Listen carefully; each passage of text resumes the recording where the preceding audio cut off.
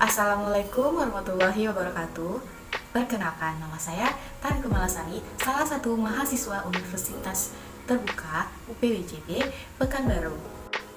Baiklah, di sini saya akan menjelaskan atau mengemukakan pendapat saya atau gagasan saya tentang dampak COVID-19 pada tuton keempat hari ini.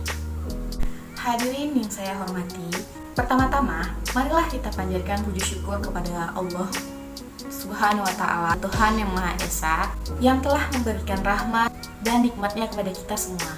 Sejak bulan Maret 2020 hingga saat ini, negara Indonesia terpapar virus COVID-19. Virus ini pertama kali muncul ada di Wuhan, China. Virus COVID-19 menyebar secara cepat ke seluruh dunia dan menjangkit ke banyak masyarakat dunia. Akibatnya, banyak yang terpapar dan banyak juga yang meninggal dunia. Dengan menyebar luasnya COVID-19, akibatnya WHO menetapkan COVID-19 sebagai pandemi. Namun, apa sih COVID-19 itu? Berdasarkan pengertiannya, dapat kita ketahui bahwa COVID-19 itu menyebar melalui virus yang terbawa oleh udara, kemudian dihirup oleh manusia. Bagaimana tanda dan gejala COVID-19 itu? Gejala-gejala COVID-19 yang paling umum yaitu batuk, demam, dan rasa lelah. Gejala lainnya yang mungkin dialami dalam beberapa pasien yaitu seperti rasa nyeri dan sakit, hidung tersumbat, sakit kepala, konjungtivitis, sakit tenggorokan, diare, kehilangannya indera penciuman atau indera perasa. Lalu ada juga ruam pada kulit.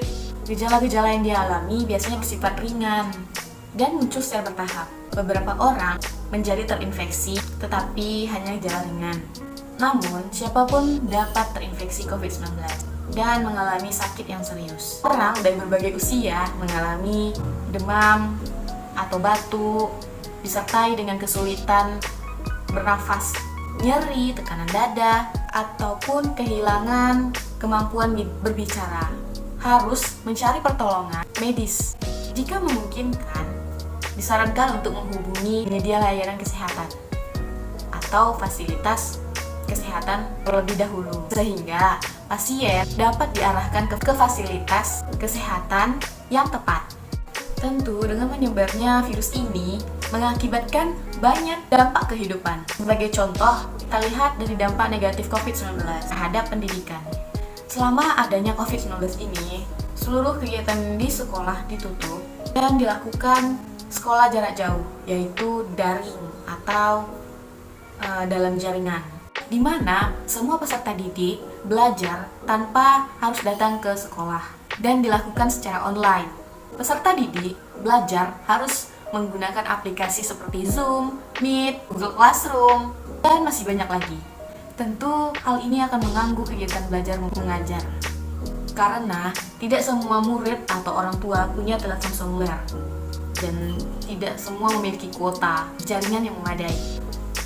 Akibatnya, banyak peserta didik yang tidak bisa belajar dan menyebabkan penurunan pencapaian belajar.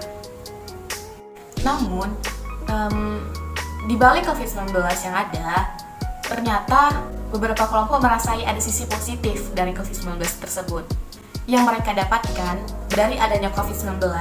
Sebagai contoh, para karyawan perusahaan yang selalu pulang lama, lembur, sehingga tidak ada waktu untuk keluarga.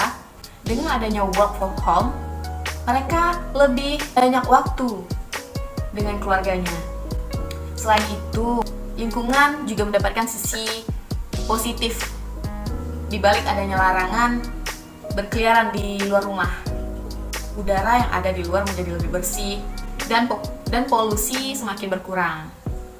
Hal ini terjadi karena ada pembatasan untuk keluar ke luar rumah. Terjangkit COVID-19 ini, kita tidak hanya merugikan diri kita sendiri, namun kita yang terjangkit tanpa kita sadari bisa menularkan penyakit ke orang lain atau orang-orang di sekitar kita. Tentu hal ini jangan sampai terjadi. Ada beberapa cara yang bisa kita lakukan agar terhindar dari terjangkitnya COVID-19 ini.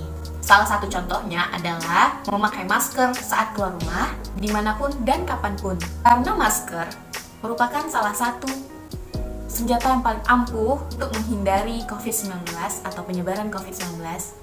Selain memakai masker, menjaga jarak juga perlu dilakukan untuk mencegah terjadinya penularan.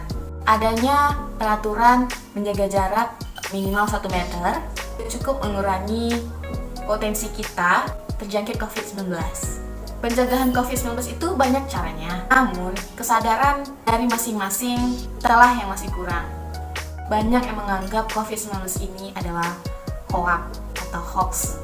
Padahal kenyataannya sudah banyak yang menjangkit penyakit COVID-19 ini. Sebagai generasi muda yang cerdas dan berpendidikan, kita yang harus terapkan semua protokol kesehatan dimanapun dan kapanpun, agar kita semua bisa membasmi COVID-19 dan kembali hidup seperti semula lagi. Demikianlah yang saya sampaikan. Apabila ada kesalahan, mohon maaf. Wabillahi taufiq wal hidayah. Assalamualaikum warahmatullahi wabarakatuh. Terima kasih.